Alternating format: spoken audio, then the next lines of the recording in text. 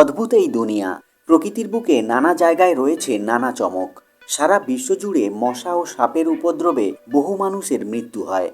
আকারে ছোট হলেও মশার কামড়ে হতে পারে ডেঙ্গু, ম্যালেরিয়া কিংবা চিকুনগুনিয়ার মতো প্রাণঘাতী রোগ। অন্যদিকে বিষাক্ত সাপের ছোবলে সারা বিশ্বে বহু মানুষের প্রাণ যায়।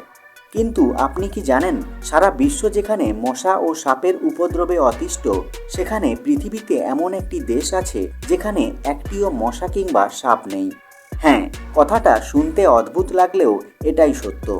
আর এই অবাক করা দেশটি হলো আইসল্যান্ড। আইসল্যান্ডের প্রতিবেশী দেশ যেমন স্কটল্যান্ড, গ্রিনল্যান্ড, নরওয়ে কিংবা ডেনমার্কেও যথেষ্ট মশার উৎপাত আছে। শুধু মশা নেই আইসল্যান্ডে। আসলে আইসল্যান্ডের আবহাওয়ার সঙ্গে মশারা খাপ খাইয়ে নিতে পারে না। এখানকার হ্রদগুলিতে মশারা বংশবিস্তারের সুযোগই পায় না। তার কারণ এখানকার হ্রদগুলি বছরে 3 বার পুরোপুরিভাবেই বরফে ঢেকে যায়। অতিরিক্ত ঠান্ডার কারণে এখানে মশাদের বেঁচে থাকার মতো পরিবেশ তৈরি হয় না। মশা তাড়াতে আমরা যে ইনসেকটিসাইডগুলি ব্যবহার করি তা বায়ুতে মিশে বায়ু দূষণ করে, কিন্তু আইসল্যান্ডে এই জিনিসগুলি ব্যবহার করার প্রয়োজনই হয় না। ফলে বরফাবৃত আইসল্যান্ডে বায়ু দূষণের মাত্রাও অনেক কম থাকে।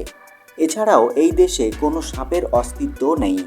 আইসল্যান্ড যেহেতু শীতপ্রধান দেশ, তাই কোনো সাপও এখানে টিকে থাকতে পারে না। জল ও স্থলভাগ অতিমাত্রায় শীতল হওয়ার কারণে এই দেশে কোনো সাপের বসবাস নেই।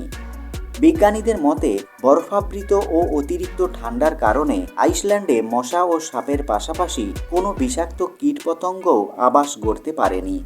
আরেকটি মজার বিষয় হলো, দেশটিতে কোনো মশা নেই বলে Icelandic institute of natural history মিউজিয়ামে মশার দেহাবশেষ সংরক্ষিত আছে। তাহলে কি ভাবছেন, মশা ও সাপের উপদ্রব থেকে বাঁচতে শেষে কি আইসল্যান্ডেই পাড়ি দেবেন? অবশ্যই কমেন্ট করে জানান।